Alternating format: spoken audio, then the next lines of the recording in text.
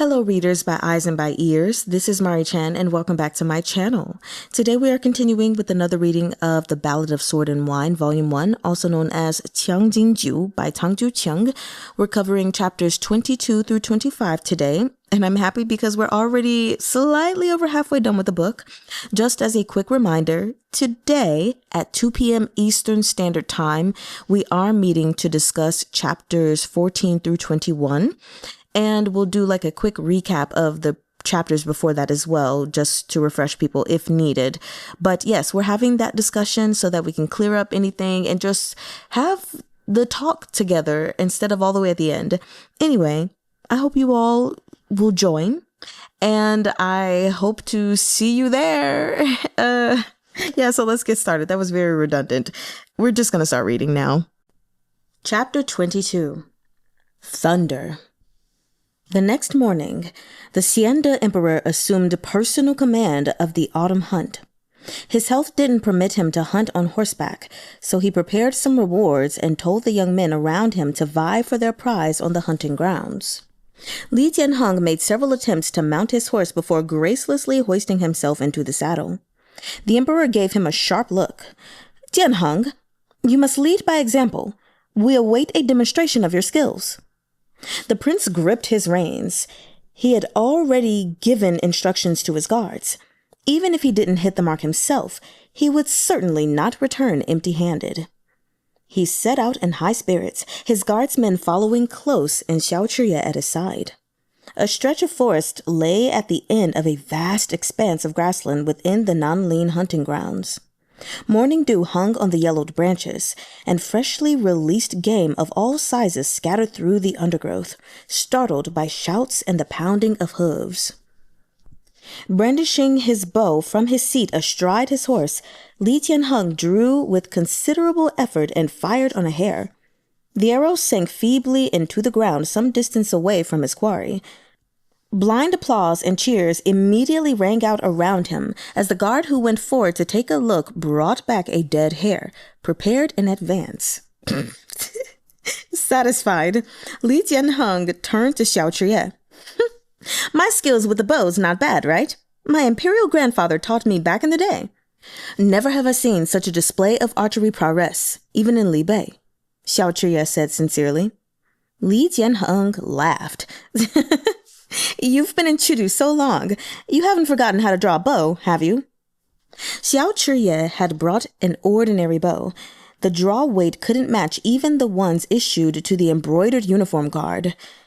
"Let me show you my skills too," he said. Chr-yeh drew back the bowstring and loosed an arrow into the clearing before them. His shot was weaker than Prince Chu's. The arrow didn't even stick in the dirt.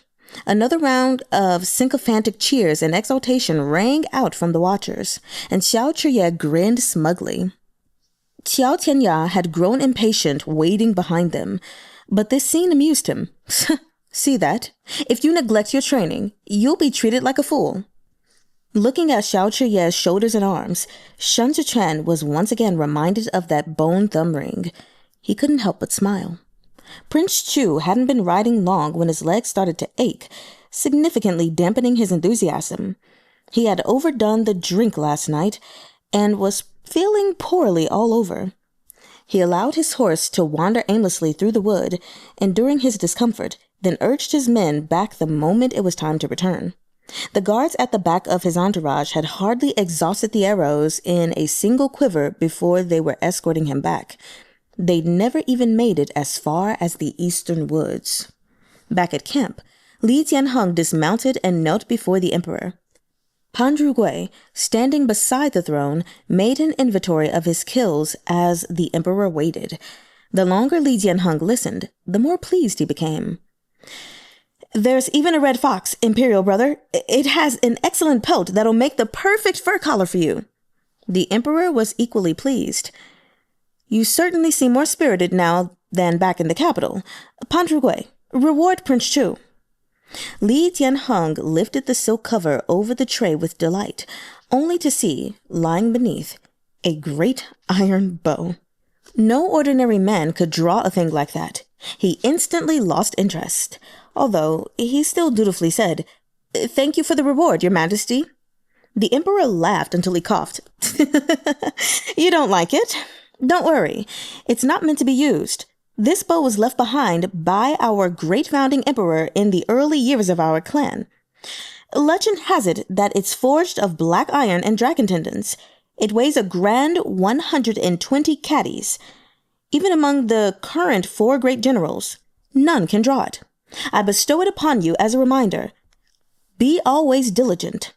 When you see this bow, remember the hardships faced by the great founding emperor and his monumental undertaking to establish our great Zhou. Li Jianheng solemnly acknowledged his words and called for his men to carry the bow away. Over dinner, the emperor called for Li Jianheng to sit at his side. The signal of favor couldn't have been more obvious. Every official in attendance recognized it but played dumb. After all, Secretariat Elder Hua Siqian was still on equal footing with Prince Chu. Later that night, once everyone had their fill of wine and food, the party gathered around a bonfire. The Xiande Emperor had not yet retired, so no one could leave. Li Jianheng had long grown weary of sitting, but the emperor showed no sign of retreating to his tent. What's going on? Li Jianheng cast a questioning glance at Chr-yeh, who pretended not to notice. By now, the evening's entertainments had concluded. The singers and dancers were gone, and the bonfire was roaring. Unexpectedly, the emperor gathered his robes around him and called out, "My dear Minister Hai." Hai Liangyi smoothed his robe and respectfully knelt before the emperor. "This aged subject is here. What was it that you wanted to ask today?" Hai Liangyi kowtowed and replied, "This aged subject would like to recommend the Chief Supervising Secretary of the Office of Scrutiny for Revenue, Xue Xiu-zhou, be permitted to directly petition Your Majesty tonight." Sensing something afoot, Hua Siqian stroked his beard and said, "Why put it that way, Zhenshi?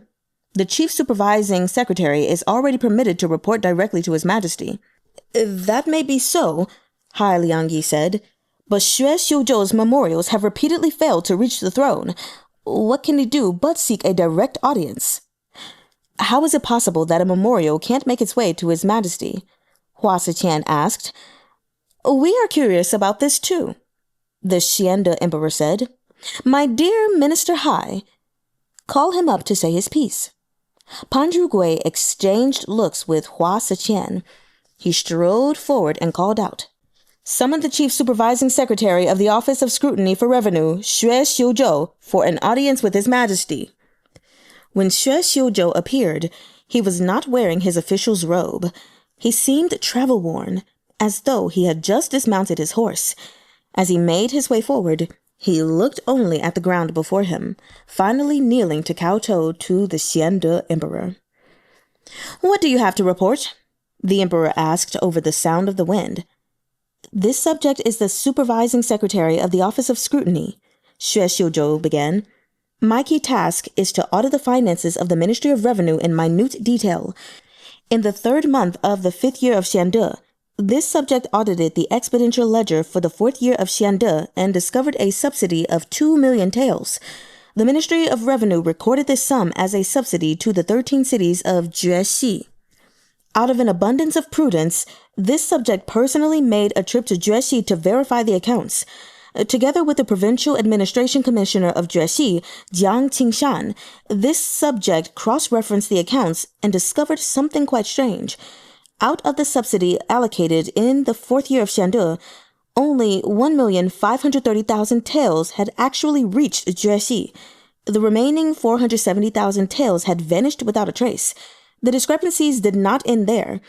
In the 8th month of the same year, the Ministry of War dispersed salaries and provisions to the troops at our borders. The Ministry of Revenue allocated 2,800,000 taels for this purpose. Of that amount, 1,800,000 were meant for the 5 commanderies garrison troops in Qidong, and 1 million were meant for Libei. But by the time I traced that million back to Luoxia Pass, there were only 830,000 taels left. Your Majesty, this goes on, incident after incident. There is an enormous avenue of loss in the state treasury. Where did all this money go? Who took it? Even if Secretariat Elder Hua maintains his ignorance, this subject has the records to submit to His Majesty. Nonsense, Hua Xiqian snapped. The Ministry of Revenue reconciles the accounts every year right in the palace. If there is such dramatic loss, how is it that the Minister of Revenue, the Grand Secretariat, and the Director of Writ at the Directorate of Ceremonial Affairs all have no idea, and you're the only one who does? Hai Liangyi raised his head and said steadily, This aged subject knows how.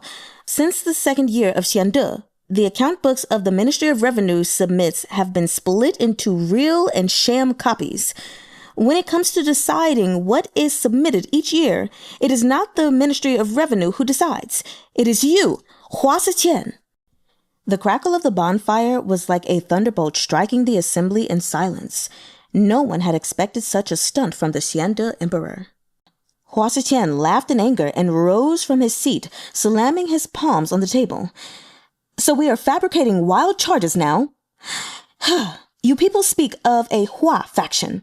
There is no such thing. All under heaven belongs to the Emperor. I, Hua Xiqian, have been open and above board in everything I have done. All along, I've placed His Majesty first. If there are any dubious accounts, bring them out now. Zheng Guoshi, tally it with him. The Ministry of Revenue, Zheng Guoshi, knelt in a panic. Your Majesty, this subject begs to ask Chief Supervising Secretary Qr-yeh a question. If the accounts from the 4th year of Xiande are those at issue, why did he wait until today to bring it up? If there is a true problem, he has delayed the matter for years. Xue Xiuzhou quickly returned fire. Nowadays, local officials who enter the capital do not meet their superiors nor pay respects to your Majesty. Instead, they send visitation cards and go first to the Hua Manor and Pangonggong Secondary Manor to fawn and flatter. With so much power and influence in the land of the Hua faction, who dares defy Secretariat Elder Hua? Hua Xiqian was incensed. Every year, I tell the investigating censors to speak openly if there is a problem. What have I to fear? The Hua clan's ledgers have been presented to His Majesty. We've nothing to hide. He stared at Xue Xiuzhou. Xue-Yan-ting, have you forgotten? Back in the years of Yongyi, who recommended you for the opportunity to enter Chudu as an official? You ought to respect me as half your teacher. But instead, you frame me before the entire court. Xue Xiuzhou raised his head and met Hua Xiqian's eyes. There is no place in the court for teacher and pupil, only the sovereign and his ministers. Hua Xiqian turned to the emperor. Does your Majesty believe this slander? The emperor lowered his gaze and said, We believe the accounts. Hua Xiqian threw his head back and laughed. He clapped his hands together. Excellent. Back then, when all of Chudu was in tumult, the late emperor chose you on his deathbed. Who here supported you, protected you, and guided you through that period of upheaval? Yet tonight, you would rather believe the words of this disloyal and unfilial scum? Lashes lowered, the emperor raised his teacup to his lips. When he finally looked at Hua Xiqian, his eyes brimmed with loathing. Was it protection, or was it coercion? Who would know better than you? Jiye, Hua Xiqian called out, shoving his table aside. Steel sang as the embroidered uniformed guard drew their blades in unison. Oh, what? You wouldn't dare, Hai Liangyi cried. I wouldn't, Hua Xiqian said, but you've pressed the blade to my throat. Surely you don't expect me to take it lying down. What do you want? The emperor said coldly. Jiu-ANNE. Soldiers from the 8th Great Battalion stepped swiftly forward to stand before the emperor. Take down Hua Xiqian, the emperor commanded. Don't move, Hua Xiqian bellowed. Jiu-ANNE, your wife and child are having tea with the Empress Dowager as we speak. One more step, and it'll spell the end of the Xi clan lineage. The Empress Dowager has always treated you well. You have repeatedly let others lead you astray, but it's not too late to turn back. Jiu-ANNE had been forced reluctantly into this position to begin with. Now, he took a small step back, afraid. Not too late. The emperor's tone was venomous. Jiu-ANNE. Was it not too late for the former crown prince? Was it not too late for Shun? Which of them was less loyal than you? They gave way, but did the empress dowager let them be? We have already drafted an imperial edict. As long as Prince Chu ascends the throne, the Shi clan's daughter will be empress. His Majesty has a nasty habit of reneging on his word. Do you dare harbor such outrageous ambitions? Huasa-chan snapped his sleeves. His Majesty's mind is addled with illness. Imperial concubine Wei is already half a month pregnant. How can Prince Chu possibly take the throne? Shi-Gu-an gripped his blade. His forehead was sheened in sweat. Dark clouds shrouded the stars. The wind that had blown through the hunting grounds earlier with the promise of rain also ceased. Flags and banners drooped lifelessly in the stillness. No one moved. Shi-Gu-an gritted his teeth. He drew his blade and turned to the emperor. With some difficulty, he said, "His Majesty's illness is beyond cure." Bruh. All right. So, what is the rest of the embroidered the embroidered uniform guard gonna do? Or where's the Imperial Army? Because this is not real. Okay, let's keep reading. I'm so sorry, you guys. That just sent me into a tizzy. The emperor looked at Shi-Gu-an and began to laugh. I'm sorry. Okay. We gave you a chance, he said. The longer he laughed, the louder it grew. And the louder it grew, the more he coughed. I'm so sorry. Y'all, I had to stop the recording from laughing too much, but I'm okay now. At last, he braced himself against the table and said frostily, "If we did not have total confidence in our preparations, how could we flush out treacherous ministers and traitors like you? Qi Ju-yin is on her way now with her troops. She'll be here within 4 hours. So whom will you kill? Who dares?" Ji-Lei piped up. "Marshal Qi is far away in the Canjuan Commandery in Qidong. The embroidered uniform guard handles all incoming and outgoing correspondence with the garrisons.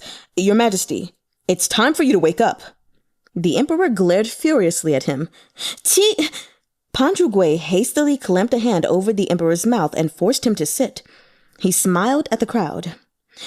"His Majesty is experiencing a relapse of his illness." The civil officials were trembling in their seats. Huasa-chan looked at Li Jianheng with a nasty smile. "Prince Chu intends to stage a revolt at these hunting grounds. The evidence against him is conclusive. He even wields a bow. What are you waiting for? Kill him!" Holy shit. What? Okay. Except for the guards who stood beside the prince, steel suddenly glittered all around the clearing as men drew their blades.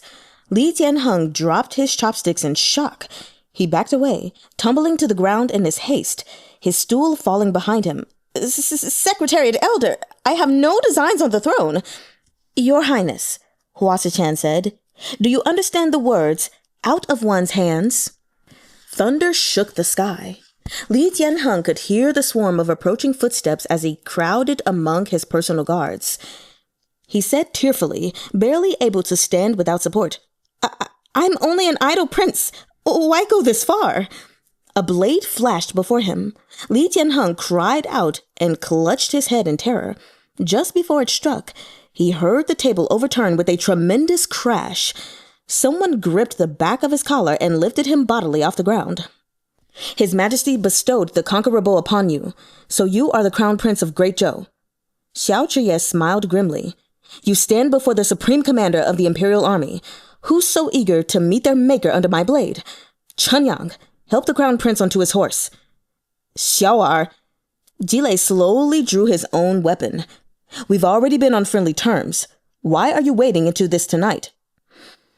"Been fooling around too long."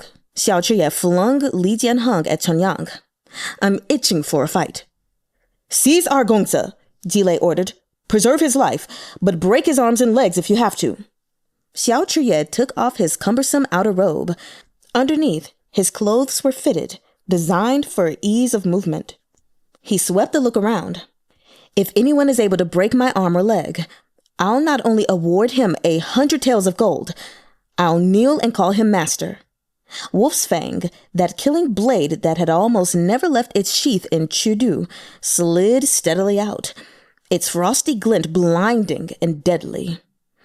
But if he fails, he said, I will take his life. Chapter 23. Downpour. A gale battered the grass of the hunting grounds. The clank of weapons rang out as the flames of the bonfire leapt and crackled. The feast rapidly devolved into chaos. Hai Liang-yi climbed up from the ground, and with a burst of unexpected energy, slammed headlong into Pahn's Rugui. Castrated traitor! Unhand my master! Li Jianheng had been pushed onto his horse and sat trembling as he watched cold steel flashing all around him. Clinking to the horse's neck, he closed his eyes and cried out, Chr-yeh! Chr-yeh, save me! Chr-yeh sent Ji-lei staggering with a kick. He didn't even turn as he put his blade through an embroidered uniform guard trying to sneak up behind him. Warm blood spattered his back. He freed his blade and took 2 steps forward to meet an 8th Grade Battalion soldier charging at him headlong. Chr-yeh struck him to the ground with 1 blow. Chun-yang had already leapt onto his own horse. He hauled Li Jianheng upright, let out a piercing whistle, and shouted to Prince Chu's guards, Follow me. Protect His Highness. Break through the siege from the east. As the horses shifted, Ji-lei commanded coldly, Stop them. Before he could finish, a blade came swinging down over his head. He brought up his own to block it. At once, his arm sank down nearly to his chest from the numbing force of Chr-yeh's blow. Ji-lei groaned and staggered under the impact. Astonished, he stared at the man before him. Xiao, you played us for fools. Ji-lei took a wide stance and lifted his blade against the weight with shaking arms. He bellowed furiously. I misjudged you. A gust of wind at his side warned Chr-yeh of an oncoming assault. He turned his head to dodge. He swept his blade in a diagonal arc, leaving a stream of blood glistening in its wake. Then Wolf's Fang collided with Ji-lei's sword once again. Snowcrest charged in, knocking over tables and dragging the tablecloth along as it galloped through the bonfire. The flames surged in its wake, setting the tents and withered grass alight. In the split second Snowcrest rushed past him, Chr-yeh flipped atop its back. He swatted the flank of Prince Chu's horse with the flat of his blade and growled, Go! Protect His Majesty! Xue Xiuzhou rushed forward to pull Hai Liang-yi away from where he was tussling with Pahn Rugui. Elder Hai, we must escort His Majesty away. The Xiande Emperor gasped for breath, lips and face pale. Xue Xiuzhou hoisted the emperor over his shoulder and fled the fire alongside the panicked civil officials. Shi-Gu-an turned to give chase, but Hua Xiqian pointed in the direction Prince Chu had ridden. His Majesty's fate is sealed. It matters not whether we kill him now, but Prince Chu must die tonight. If he slips through your fingers, you and I will be branded traitors. Ji-lei, recall the embroidered uniform guard and rally the 2,000 garrison troops in the city of Chuncheng. Surround the hunting grounds. Prince Chu must die. Shi-Gu-an, hurry back to the capital. The 8th Grade Battalions will guard Qiu-du. With the most urgent instructions issued, his usual calm returned. We have an imperial heir in our hands and the Empress Dowager in command. That rhymes. Sorry. As long as Qiu-du remains stable and Prince Chu is eliminated, not even Qi Juyin can do anything about it. As for the Xiao clan, let them run. There will be plenty of opportunities to deal with them in the future. The stench of blood on Chr-yeh was thick. He pursed his lips against the smell. Any who blocked his path lost their heads to Wolf's Fang, regardless of their allegiance. Li Jianheng's stomach lurched, but he didn't dare puke now. He closed his mouth tight. The remaining 40 men with them were all Chr-yeh's personal guards. His steed galloped swiftly beside Prince Chu's. Behind them, the embroidered uniform guard followed hot on their heels. Just as their troop reached the edge of the forest, Chr-yeh barked, Scatter! The guards tore off their uniforms to reveal 40 riding outfits identical to Li Jianheng's. In unison, they turned their horses and charged into the forest in all directions. Dark clouds veiled the moon. No one could distinguish Prince Chu among them. especially at a distance. Jiye reined his horse to a halt at the edge of the trees and spat. "Surround the grounds. Search every inch of the forest. If you encounter Xiao, do not engage him one-on-one. Form a team of at least 4 men and attack from all sides." Branches whipped across Li Jianheng's face. The pain spurred him to raise an arm to shield himself. The guards had already dispersed, leaving only Chr-yeh and Chungyang riding beside him. "Get off." Chr-yeh lifted Li Jianheng from the saddle and threw him to the ground. It was time for Chungyang to take over. Li Jianheng was sent stumbling face first into the dirt. Ci-an, he whined. "What are you doing?" "Please follow me, Your Highness the Crown Prince." Chungyang pulled Li Jianheng to his feet. "It's too conspicuous to travel through the forest on horseback. The embroidered uniformed guard are experts at ambush and assassination. You're a live target atop a horse. We can't take the risk." "I won't go." Li Jianheng fearfully yanked his arm back and pleaded. "Ci-an, you're the only one who can protect me." "Knock him out. Get him out of here," Chr-yeh commanded. Without waiting for Li Jianheng to reply, he turned and galloped deeper into the woods. Lightning flashed, its sharp light deepening the endless layers of ghostly shadows among the trees. The sounds of hooves, of drawn blades and racing footsteps rang out in succession. Only the sound of human voices was absent. The wet smell of the impending rainstorm hung on the breeze. Chr-yeh didn't know how long he'd been riding when Snowcrest gradually came to a stop. Everything around him, suddenly, was still. The clouds at last broke open, raindrops pattering down before Chr-yeh's eyes. Amid the downpour, a monstrous creature seemed to creep slowly out of the darkness. Countless embroidered uniformed guards advanced through the trees toward Chr-yeh like a net of densely woven shadow. No one gave orders. The rain drummed on the ground. The sharp, curved edge of a Sichuan saber sliced through the water, reaching Chr-yeh's neck in the blink of an eye. In a single motion, Chr-yeh bent his head and Wolf's Fang left its sheath. The spine of his blade clanged against the Sichuan saber. With an ear-piercing shriek, the saber cracked. Chr-yeh slid Wolf's Fang back into its sheath and kicked out, sending the broken blade and its master tumbling into the rain. More swordsmen surged up, surrounding his horse. Chr-yeh clapped his palms to Snowcrest's flank, leaping out of the saddle. Wolf's Fang again sprang from its sheath. This time, the glint of the blade swept in a flat arc, splitting skin and flesh in a ring around him. Blood splashed onto his face and trickled down his chin as he listened to the sound of human bodies collapsing. Chr-yeh landed back in a crouch on the saddle, blade still half drawn. The sound of breathing, the patter of rain. In this pitch-black dark, one was as good as blindfolded. Chr-yeh stretched his hearing to the maximum. Not one of the embroidered uniformed guard who had been wounded earlier made a sound. Closely matched footsteps circled around him, too close, forming an unbreakable ring with him at the center. Whoever broke first would fatally expose his weakness. Chr-yeh waited in silence. In this moment, Xiao Tianya, who was among those hiding in the darkness, truly realized what it meant to be called a lone wolf.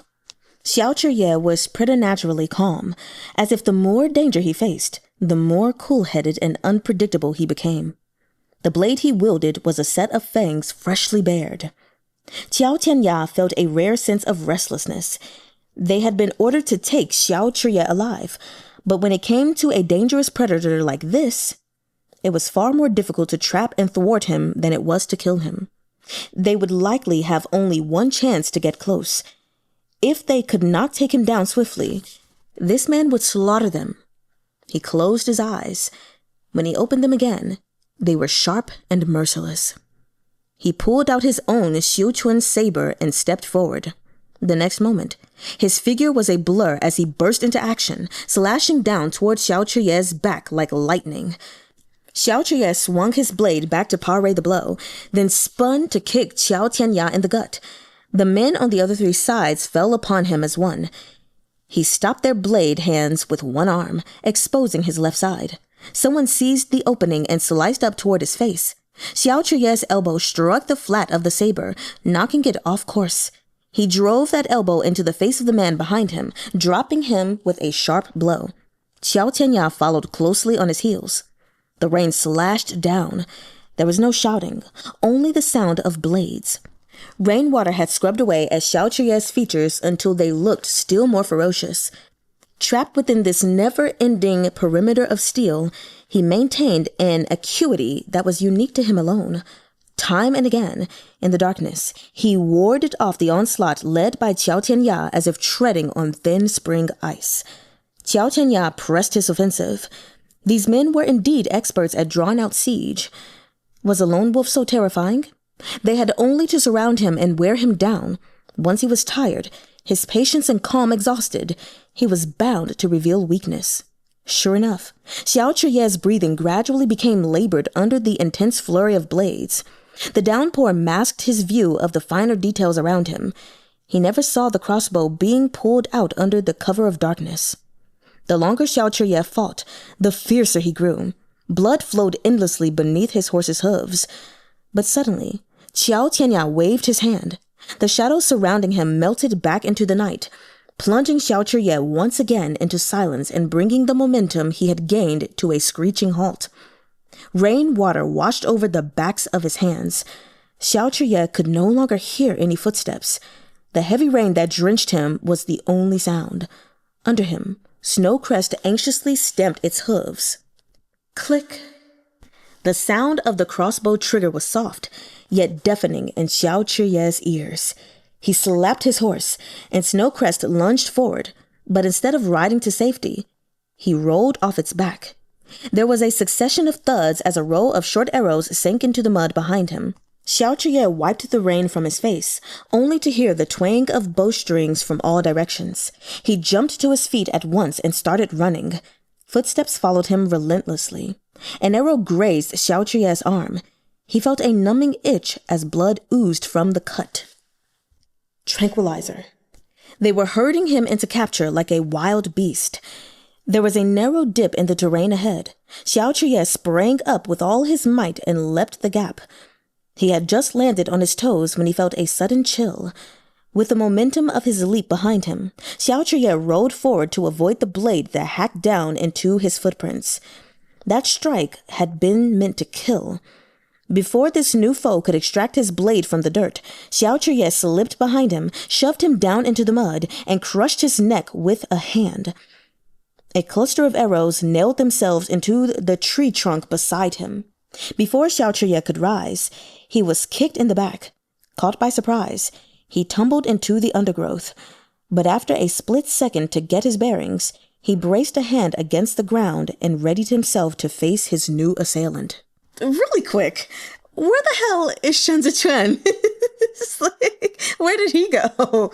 Okay, this stuff is intense. Okay, back to the reading. When Xiao Qr-yeh got a clear look at the man before him, he licked away the blood between his teeth and called out to him as though to a lover. Oh. Sorry. That was not an attractive sound that just came from me. I'm so sorry. Oh, Lanzhou. Shen Zechuan also had one hand on the ground. Thin blades were held between each of his fingers. He stared at Xiao Qr-yeh through the rain, then pounced. Xiao Qr-yeh's palm was already on the hilt of his blade, but Shen Zechuan got there first, knocking Wolf's Fang away with one hand and grabbing Xiao Qr-yeh's collar with the other, flinging him to the ground. Mud splashed. Xiao Qr-yeh hooked his arm around the back of Shen Zechuan's neck, fumbling a moment for Wolf's Fang and slashing toward Shen Zechuan. Shen Zechuan immediately dropped down and came face to face with Xiao Qr-yeh. The instant their eyes met, he swatted Wolf's Fang aside with the heel of his hand. Beads of blood from the edge of the blade splashed onto Shen Zechuan's face, where they slid along his jaw and mingled with the rain before dripping into the space between Xiao Qr-yeh's brows. The embroidered uniform guard closed in on them from behind. Shen Zechuan writhed to move, but Xiao Qr-yeh slid his palm up Shen Zechuan's neck to press him down until they were close enough to hear each other's breath. Xiao Qr-yeh was panting slightly. He whispered, "Are you so desperate to court death with me?" But Shun Zichuan bowed his head and murmured, "Not even a wolf can run once it's struck by the arrow. You've already slowed so much. How much longer can you go on?" Chr-yeh's fingers teasingly caressed the nape of Shun Zichuan's neck. His thumb slipped to the hollow of Shun Zichuan's throat and pressed firmly. "I can still break a neck like this with no problem." A figure came rustling out of the underbrush. Without turning, Shun Zichuan raised his hand to fling a thin blade. The man crumbled. The murderous intent in Shun Zichuan's eyes had yet to fade, but he pushed away Chr-yeh's wandering hand and dragged him along as they slid down another slope. Qiao Tianya came too late. By the time he arrived, all he found were the corpses of two strangers. He flipped them over for a look and plucked a thin blade from the throat of one of the dead men. "This doesn't seem to belong to Xiao." He narrowed his eyes. "The second young master is the leash holding Li Bei in check. He must not die. Wasn't that the fucking consensus? So who has sent assassins?" Chapter 24. Rainy Night. Lightning flashed and thunder boomed. The rain came down like a curtain. Qiao Tianya straightened and handed the thin blade to the man behind him. "Xiao was hit by an arrow. He won't get far." At the bottom of the slope, Xiao Qr-yeh and Shun Zichuan lay flat in the mud, catching their breath. Right this moment, not only were the embroidered uniform guard everywhere around them, there were also unknown assassins in the forest. Hiding from them would be harder than ascending to heaven, but breaking through the perimeter was even tougher. Their biggest problem was Xiao Qr-yeh himself. His left arm, grazed by the arrow, had already gone numb. In another hour, the tranquilizing drug would spread through his body and paralyze him. Qiao Tianya nudged the trampled grass aside with one toe and spotted the mess of footprints. Without a word, he raised a hand and pointed down the slope. The embroidered uniform guard filed around him, crouching as they approached the surrounded ditch. Xiao Qr-yeh's body tensed as he listened to the sound of squelching footsteps getting closer and closer. He clutched the hilt of his blade. If someone jumped down, he would end them in a single blow. The Xiu twin sabers had made their way over the edge of the slope. Xiao Qr-yeh was about to jump up and fight when Shun Zichuan grabbed hold of his soaked robe. Xiao Qr-yeh looked down and was met with Shun Zichuan's calm eyes. At the moment, several figures dropped down from the trees and engaged the embroidered uniform guard. By the time Qiao Tianya saw the flash of flying blades and drew his saber, several guards had already collapsed to the ground. Seizing their advantage, the shadowy figures pounced. As chaos broke out above them, Shun Zichuan stowed his few remaining blades. He didn't need to say more. Xiao Qr-yeh had already leapt to his feet. He climbed up the other side of the muddy slope and rolled into the thick grass. "Catch them!" Qiao Tianya bellowed. The embroidered uniform guard streamed after them. Xiao Qr-yeh reached up and grasped a tree branch, swinging himself up. Below him, Shun Zichuan had only just reached the trunk when the guards behind him caught up. Like a tiger springing down the mountain, Xiao Qr-yeh hacked viciously down at them with wolf's fang, forcing the guards back, then landed in a crouch on the ground.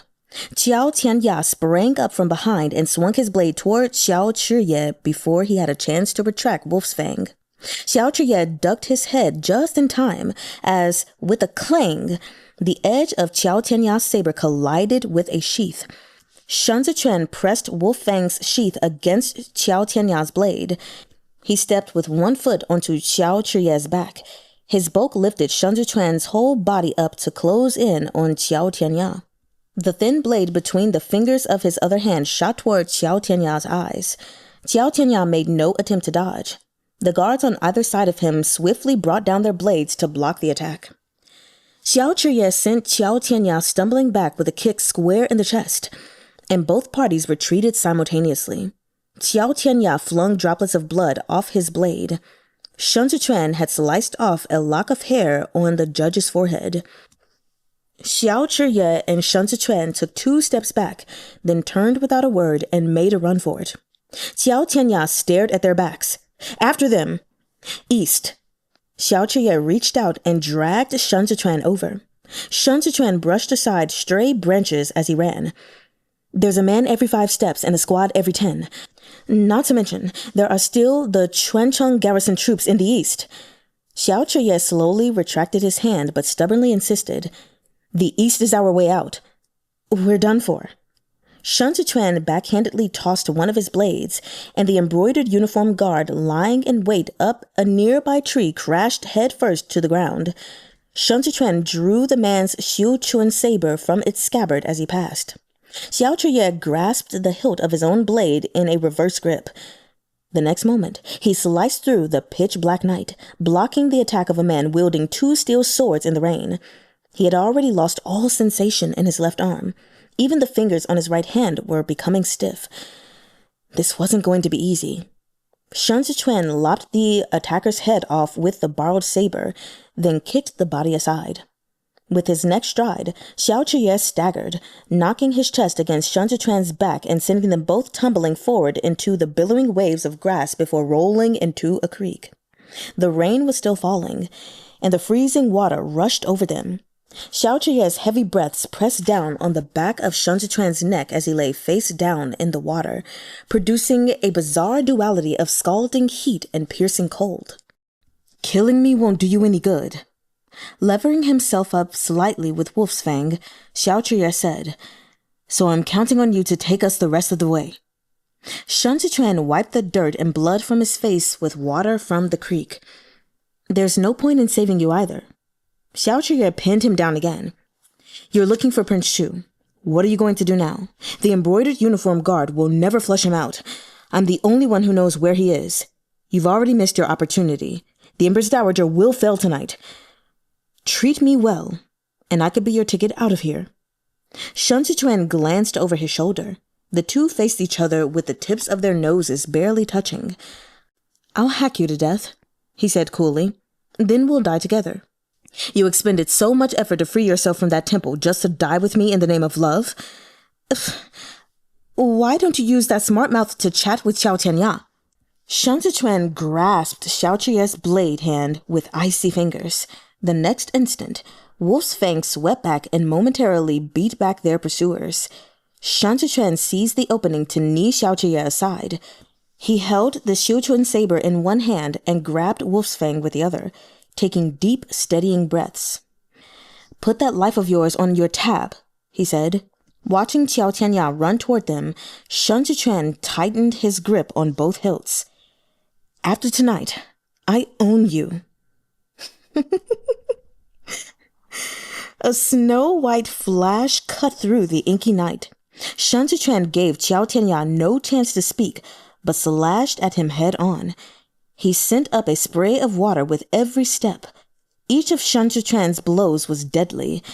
As blade met blade, chips formed on the edge of his borrowed Xiu-chuan saber. At last, Xiao Tianya paraded with a sharp sweep of his own and sent it flying. The two men sprang apart. Shun Zichuan sank his empty left hand into the creek, washing away the blood that had trickled down. A porcelain beauty like yourself should sit safely behind a curtain on a high dais of a pavilion. Xiao Tianya looked as though he had caught a whiff of copper on the wind.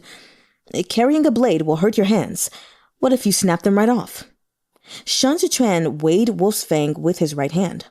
Without my arms and legs, perhaps I'll be more compliant. There's a type of person in this world one should never provoke, Xiao Tianya said. It's those who are ruthless even to themselves. People like you. Shun Zichuan lunged forward to attack. Wolf's Fang was so heavy in his hands as to be unwieldy, but its weight also had an advantage.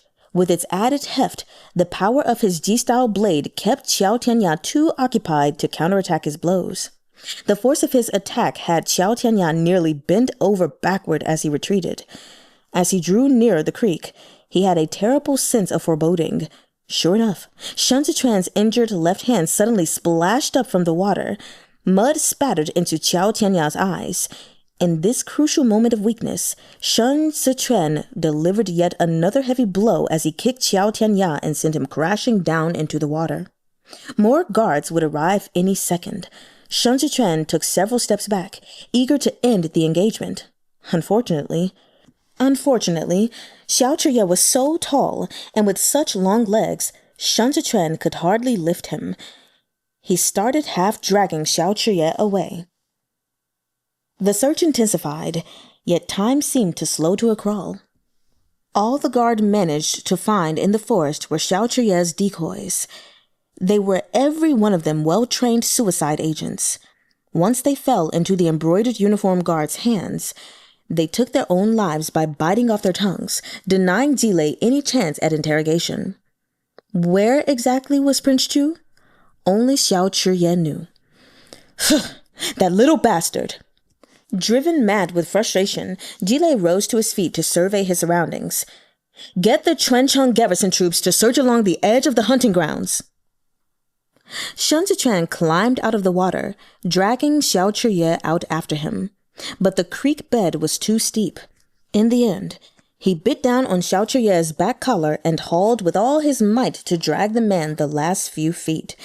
The cut on Shun left hand bled incessantly. He tore a strip off his robe, rinsed it in the creek, and clumsily bound the wound.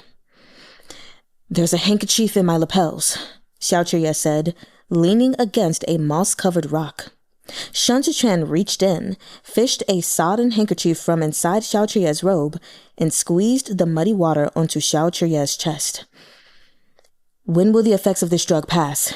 Xiao asked. 2 hours or so. Soon. Crouching in a tree is better than lying in a creek. Shun was soaked through. Xiao could see where the back of his collar gaped open, revealing specks of dark mud on his pale neck. The contrast was very... The embroidered uniform guard has offices for training beasts. Animals can smell the scent of blood. As Shun spoke, he lowered his head and sniffed lightly at fingertips that had been tainted with red. Very seductive. Xiao watched him. What sorcery was this? Only a moment ago, this man was killing people with a blade, and even now, nothing about his actions was like a woman. So why had Xiao thought such a thing? It must have been, oh gosh, it must have been Li Jianheng's influence. Day in and day out, the prince had gone on about Shun beauty, until even Xiao himself had come to think and see the man this way, like those old men in Chudu with their unusual predilections. Your swordsmanship's not bad. Xiao gaze was so intense it could have peeled back Shun collar. You must have trained hard in the temple, and yet it's impossible to tell from your physique. Did you use some kind of medicine? Shun looked sidelong at him. Noting the direction of Xiao gaze, he raised a hand to the back of his neck. How many times a day do you have to look at it? Are you that obsessed? Xiao savored the residual taste of blood on the tip of his tongue. When you put it like that, it's so suggestive. You make it sound like I'm some pervert. Shun reached over and covered Xiao face with the dirty handkerchief. I thought you indulged in powders and perfume. I didn't expect you to have a taste for men and women both. What's with the flirting? Xiao said. Our Gongza only wants you to wipe the mud off your neck. You want me to wipe it? With the handkerchief between them, Shun fingertips stopped between Xiao brows. Or you want to wipe it for me? Icy rain trickled down his finger and dripped between Xiao brows. As if they had fully absorbed Shun allure, the droplets that seeped into Xiao collar blossomed into ripples of temptation. He was overcome with a restless itch. Xiao wanted very much to drink some water. At the same time, he wanted Shun to stay a little farther away from him. After a moment of silence, he laughed. You really are something. You think too much.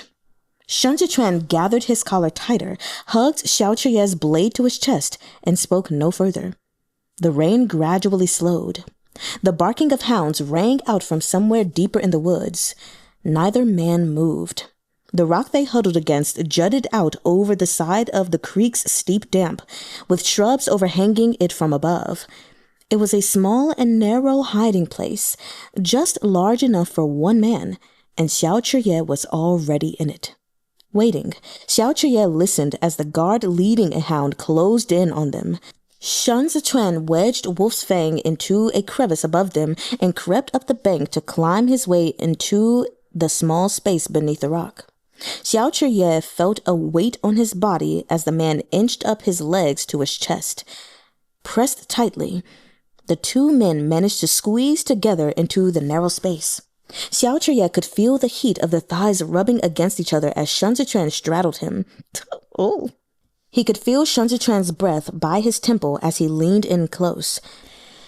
With his eyes still covered by the handkerchief, Chr-yeh was free to visualize Shun Zechuan's current pose. He couldn't shake off the image of that lotus-white neck. I beg you, Chr-yeh sighed. Sit on my stomach. Don't sit down there. Shun Zechuan didn't move. The rustling from above was getting closer. Chr-yeh tried to calm his breathing, but if he raised his head an inch, he would touch Shun Zechuan's chin, and if he bowed his head an inch, the tip of his nose would graze the curve of that neck. Shun Zechuan had been listening for movements above. Now, he suddenly lifted the handkerchief off Chr-yeh's face and eyed him wordlessly. Chr-yeh looked back at Shun Zechuan.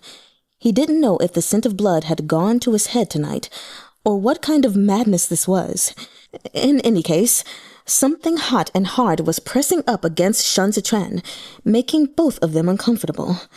Their clothes, soaked by rain, clung so close to their skin it was almost as if there was nothing between them at all, as if the slightest movement would constitute the spark that lit a fire. Above them, the hounds were hunting. Chapter 25. Daybreak. Feet trampled the undergrowth, and the hound, as though it had caught a scent, nosed aside branches and leaves as it pawed at the earth just over their heads. Dirt rained down on Shun Zechuan's neck. Movement in any motion was out of the question, so they could only remain frozen in place. Chr-yeh felt increasingly uncomfortable. This position made it impossible for him to settle. He remained in constant contact with that delicate firmness, as if the man astride him was not human at all, but a cloud bank, enveloping him like mist, ubiquitous and pervasive. This atmosphere lit a fire in him. He hadn't satisfied himself in far too long, and was still so hard that all he could think about was being in a tub of ice, alone, immediately. Raindrops pattered against the ground, soaking through the brush and drenching his hair. As they lay locked in this endless stalemate, Chr-yeh finally regained some feeling in his arms. His fingers twitched as the nerves awoke. The hunter above them finally moved away, but Shun Zechuan didn't relax. Pressing up against each other in this precarious crevice now became a different kind of danger. Chr-yeh did not avert his gaze. He must not look away. If he appeared the least bit evasive, it would seem as though he really had a thing for Shun Zechuan. You're way too close to me, Chr-yeh said nonchalantly. Shun Zechuan did not reply. For the first time, Chr-yeh understood the meaning of the saying, "He who rides a tiger finds it difficult to dismount." He wanted to raise his head and gasp for air, but he didn't dare. Doing so would make him look even more like an impatient pervert. He swore he had no such intentions. It was just that they were too close. Bewitched by the exquisite friction of their bodies and Shun Zechuan's distinctive scent, his body merely submitted to his base desires. Chr-yeh felt Shun Zechuan slide down his chest. The instant he peeled himself away, Chr-yeh breathed a small sigh, as if he had been relieved of an unsupportable burden. But before the breath had fully escaped him, his collar tightened around his neck, and he was hurled headfirst toward the creek, chest scraping the moss. He reached back and grabbed hold of Shun Zechuan's wrist, hooking a foot around Shun Zechuan's ankle to trip him. They splashed into the creek together. Chr-yeh rolled them over, took Shun Zechuan's wrist in either hand, and pinned the man heavily under his body. Romantic problems should be solved in a romantic way. Chr-yeh refused to let Shun Zechuan move. Why raise your hand to me? All 10 of Shun Zichuan's fingers were splayed, his hair scattered in the water. He gasped for breath, his chin slightly raised. A grim smile tugged at the corners of his lips as he said, "Forcing yourself on others is not a smart thing to do." "I have no such intentions," Xiao hissed, grinding every word to pieces between his teeth. Shun Zichuan pressed his knee to Xiao's groin and looked at him meaningfully. Xiao answered him with a long-suffering look. Then he hung his head and shook his dripping hair like a dog, sending droplets splattering across Shun Zichuan's face. Without waiting for Shun Zichuan to react, he rubbed the back of Shun Zichuan's neck ruthlessly in the water until that maddening bit of mud was washed clean. When he was satisfied, he drew Shun Zichuan's collar closed and fastened it securely. "The night is wet and cold." Xiao released Shun Zichuan and climbed off him. "Cover up." He dunked his head into the water without giving Shun Zichuan a chance to reply. When he surfaced again, he'd mostly calmed down. Wiping water off his face, Xiao's eyes became clearer, sharper. "It's almost dawn. Let's go," he said, and took up his sword. Jile was increasingly agitated. Dawn glimmered on the horizon, yet the hunt had turned up nothing. Qiao Tianya peeled away the collar of one of the suicide soldiers, but found nothing that identified them. "These men belong to Xiao." He squatted down and pondered. "In Chudu, his every move is under watch. When did he find the time to train a suicide guard?" "We must find him now." Jile looked to the northwest, where Chudu lay. "The 8th Great Battalion should already control the city gates. We can't lose our heads." Jile's hand had not once left his blade. Watching him, Qiao Tianya felt he was restless not merely because Xiao Chr-yeh and Prince Chu eluded them, but for some other reason. "Xiao is our lifeline if we want to keep Li Bei at bay." Qiao Tianya maintained his composure and watched Jile. "Yet there are assassins in the woods tonight. Does your excellency know anything about this?" "The Xiao clan has offended quite a few people. It seems one of them wants to fish in troubled waters." Jile turned to stare at Xiao Tianya. "How would I know who it is?" Xiao Tianya spread his hands helplessly. "The fact is, we can't find Xiao. He must have come prepared. That's why he's slipped through our fingers all night. He's had us running circles for hours, and it's almost dawn. I'd say we have fallen into his trap." "Fallen into his trap?" Jile furrowed his brow. "I'm afraid he's used himself as bait to buy time." Xiao Tianya stood and looked out over the distant grassland. "If I had to wager, I'd say he has reinforcements. The troop on all 4 borders are accounted for. Where are these reinforcements coming from?" Xiao Tianya didn't answer. He couldn't begin to guess. Shi-Gu-an rode hard back to the capital. As he entered the city gates, he was greeted by a pervasive silence. Instantly suspicious, he drew his blade and turned to his deputy. "Has there been anything odd in Chudu tonight?" Even the deputy general who had come to lead Shi-Gu-an's horse could see he was nervous. "No, nothing out of the ordinary." "Gather the men," Shi-Gu-an ordered. "Other than those guarding the city gates, everyone else follows me to surround and defend the palace." With that, he spurred his horse toward the palace. His wife and son were still within, and while the danger lasted, there was no way the Empress Dowager would let him anywhere close. On pain of death, he had to ensure the Empress Dowager's safety. The deputy general went to mobilize his men as ordered, but as he led the patrol squad out, his path was blocked by a group of drunk men from the Imperial Army. The 8 great battalions had always looked down on Chudu's errand boys. From atop his horse, he snapped his riding crop and barked, "Scram!" The vice commander of the Imperial Army was a man with a vicious blade scar marring his face. After taking the lash from the crop, he unexpectedly grinned and dropped to the ground nearly under the horse's hooves, rolling in the dirt and shouting, "We are both military men. I'm higher ranked than you. Why did you strike me? How dare you?" The deputy general scoffed. "Low-life pests sponging off the imperial coffers. Scram!" Don't hold up the 8 great battalions on important business. The man rose to his feet in a single fluid move and sneered up at the deputy general. Important business. Showing the Imperial Army a good time is your business tonight. His words were still ringing when the Imperial Army, who had by all accounts been 3 sheets to the wind, drew their swords in unison. By the time the deputy general reined his horse in shock, the line of men behind him were crumbling to the ground, their throats slit. "Is this a revolt?" the deputy general cried. "The 8 great battalions—" A blade slashed before him, and he toppled from his horse, his blood painting the ground. The vice commander kicked the deputy general's head aside and wiped his blade clean on the dead man's chest. "In your fucking dreams." His voice was steady. "The tides have turned. It's time for the Imperial Army to piss on your heads."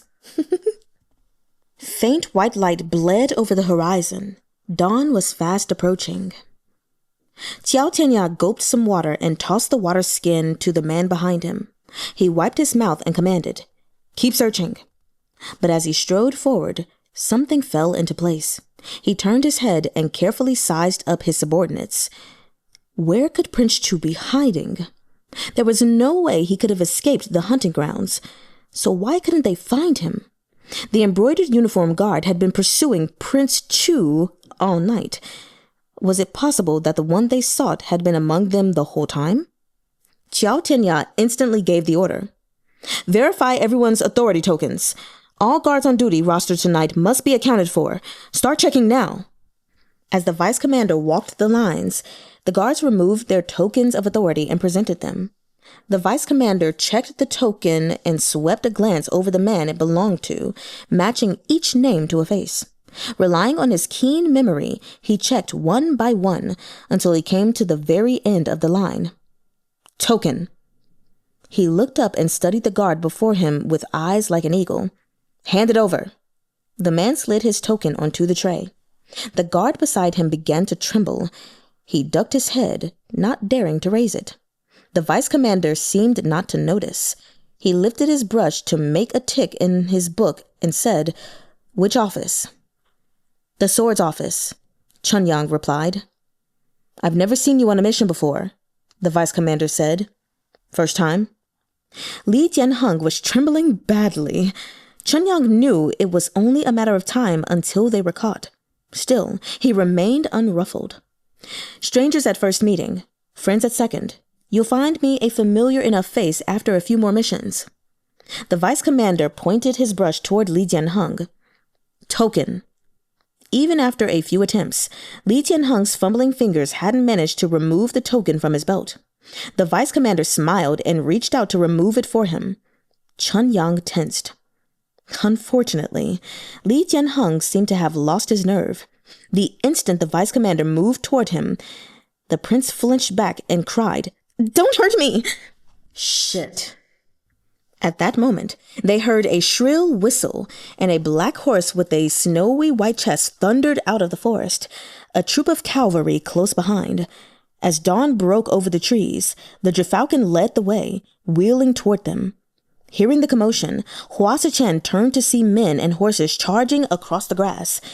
The 8 great battalions? But these men bore no insignia on their armor. They didn't even carry banners. Chun-yang immediately took hold of Prince Chu and called out, "His Highness the Crown Prince is under protection of the Imperial Army. All who bear swords before him shall be slain without exception. Stand aside." Hua Chen took a few stumbling steps forward in disbelief. He looked back at the ranks of the embroidered uniform guard and shouted, "Prince Chu is held hostage by traitors. What are you waiting for?" Xiao Tianya lunged toward the prince. Cornered with nowhere to retreat, Li Jianheng couldn't help but scream. A long blade suddenly shot out of the woods and buried itself in the ground before Li Jianheng's feet. Chr-yeh leapt down from his horse, tore off his token, and threw it onto the tray. "Our main forces are on their way. Who has the guts to make a move?" he growled. Jile, too, had just reached the clearing on horseback. Encountering the scene, he bellowed, "What a load of horseshit! The Imperial Army is—" The Gerfalcon landed on Xiao Chr-yeh's shoulder. He stroked the raptor approvingly. Give it a try, Lao Ji, if you have the balls. Jile looked toward the grassland. The vanguard of the imperial army was already here, yet the mass of mounted soldiers behind them seemed to stretch without end. Then the Tang Jiu Qing commandery banners of Qingging unfurled. He saw that the one at the head of these galloping horses was none other than Qi Zhu-yin herself. Hua Ziqian retreated several steps. He gripped Pahn Rugui as he said in a hoarse voice, "The message to Qingging was intercepted. How could they secretly—" Xiao Qr-yeh sheathed his sword. If all written communication in Chudu had to pass the hands of the embroidered uniform guard, how troublesome would that be? The situation was beyond salvation. Hua Ziqian sank to the ground and murmured, "The Empress Dowager is still in the palace." The Empress Dowager is advanced in years. In order to attend to her health, she has handed all matters pertaining to the patrol and defense of the capital to the imperial army. Xiao Qr-yeh, disheveled from hours of fighting, now pulled the tidy Li Jianheng to his feet. "Your Highness has been on the move all night. It can't have been easy on you." Qi Zhu-yin's horse had cut through the crowd. Now she dismounted and knelt to Li Jianheng to make her obeisance, her voice ringing clear through the hunting grounds. "Rest assured, Your Highness, the 200,000 men and horses of Qingging stand at the ready. This subject, Qi Zhu-yin, swears to ensure the safety of Your Highness the Crown Prince." As if in a dream, Li Jianheng looked blankly at Qi Zhu-yin, then to his left and right. Xiao Qianya was the most astute of his companions. Seeing the writing on the wall, he knelt at once. The moment he did, the embroidered uniform guard around him threw down their blades and knelt one after another. Li Jianheng clenched his empty palms as though clutching at a lifeline. He was weeping with joy, the tears in his eyes spilling down his cheeks as he struggled to speak. "Now that I'm the Crown Prince, I'll surely reward the great kindness everyone has done me today." Well, y'all, if that wasn't just peak, I don't know what is. What? Oh, these chapters were so freaking good. I was not expecting this stuff to get this hype this soon. What the heck? Oh my gosh, that was so intense. I don't even know what do I say? I would say, I'll just start from my notes, but the thing is, I have too many notes. Pages of notes or sticky notes of notes. So I don't know, what do I do? It's just crazy. You know what? I'm not even going to try to put this stuff into words. All I guess I will try to say, I will try, yes. I'm scatterbrained. Please forgive me.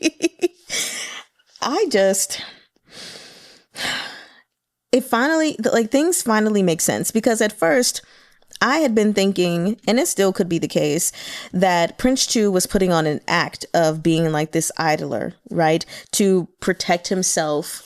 But I thought he was doing it to protect himself from the emperor. And any favor that the emperor showed him, I honestly thought it was fake or real, but only because his brother was such an idler that he was like, it's fine. I don't see him taking the throne from me. But based on what we read, no, the emperor wants his little brother to succeed him I'm guessing after he passes away, which seems like it'd be happening any moment now. And so, he's been showing him favor, gave him one of the greatest gifts he possibly could, and even was like, as long as Prince Chu succeeds the throne, this is going to happen and everything. And so I'm like, okay. And then there was even one point when Xiao was like, listening to Jile say, it's not too late. And he was like, is it not too late? Was it not too late for the Crown Prince? Was it not too late for Shun-wei? Was it not too late for And I was like, oh, so the emperor knows. The emperor must have been doing some digging, or a similar scenario like what played out this time around must have happened before, so it's crazy. But I have to say, Xiao Qr-yeh is amazing. That man was anticipating this stuff to happen. He had his personal guards all dress up in attire the same as Prince Chu's underneath their, guard attire. And then had them scatter, which the way to say scatter in Mandarin, by the way, really random, is san, to scatter, which is also in the Qingging poem somewhere in there. I remember it.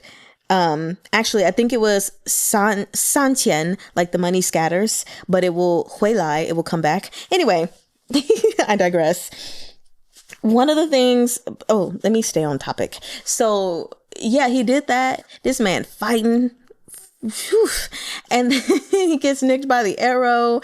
And then I'm so sorry for all the giggling I did. I thought, I was like, maybe I should edit some of these out.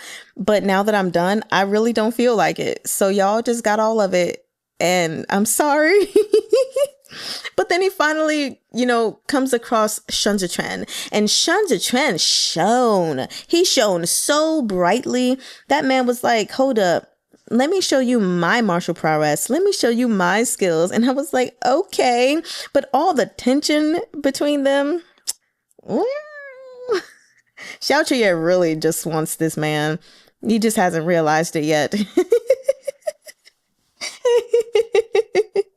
But anyway, for him to, start going numb, but then get the feeling back and then turn around and boom, come save the day again with Prince Chu hiding in plain sight. I'm just like, man, how many hours went by and you're still on your feet? Like, that would not have been me. Anyway, there was an expression he said, and I have to go back to the page it was on. I found it, page 254. I knew it was on an even page. When he said, "He who rides a tiger finds it difficult to dismount." That is an actual expression that I'm going to share with you all. So really briefly, it is qi hu nan xia. Qi as in Q, not CH. So you're going to put the tip of your tongue behind the bottom of your teeth. And Qi, second tone, Hu, that is third tone. Nan, second tone again, which means difficult. If I didn't say Hu, it's tiger. And Xia is down. So ride tiger, hard down, essentially. So Qi hu nan xia. He who rides a tiger, finds it difficult to dismount. And all it simply means is once you've started something risky, you can't easily quit because backing out of it may be worse than actually going forward. So, and that's when he was being straddled by Shun, and he was like, I can't look away because I don't want it to, look like, so that whole thing was quite funny. I'm just going to save my thoughts. The point is, I enjoyed reading these chapters. I have enjoyed reading this whole story thus far. And it's crazy because it's taken me like 2+ hours to read everything, mostly because as I read, I'm taking extensive notes because I don't want to read and then have to go back and listen to write my notes because that would take up more time, when there are other things I could be doing. And so it's been taking me so much time, but I don't know, in some weird kind of way, it's been making me enjoy the story more. You guys, why has it taken me so long to read Qingging? Why haven't I started reading this sooner? Anyway, oh my gosh. Y'all, thank you for voting for this to go first. It was going to get read this year, but thank you so much for voting for it to go first, because it could have been How to Survive as a Villain. It could have been Kaleidoscope of Death. It could have been, what's that other thing I'm reading? I don't even remember. But the point is, I'm happy it was this. So please give me your thoughts and reactions in the comments section. I need to know what's going on in y'all's noggins. And let's just enjoy the plot as it plotters away. This is a new vocabulary word that I am doing.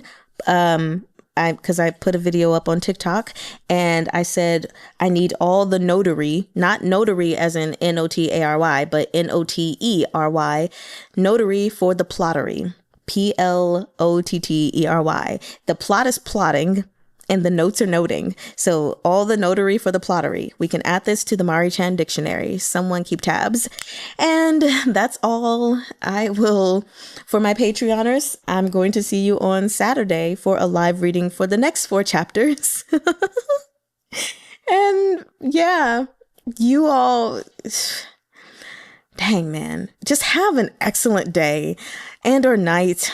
Whatever this is for you, I feel like I'm on cloud 9 right now and I want to keep reading so freaking bad. But no, it is Wednesday night that I've read this. So now I have to wait until Saturday before I can read more. Why did I read in advance like this? Now I'm upset.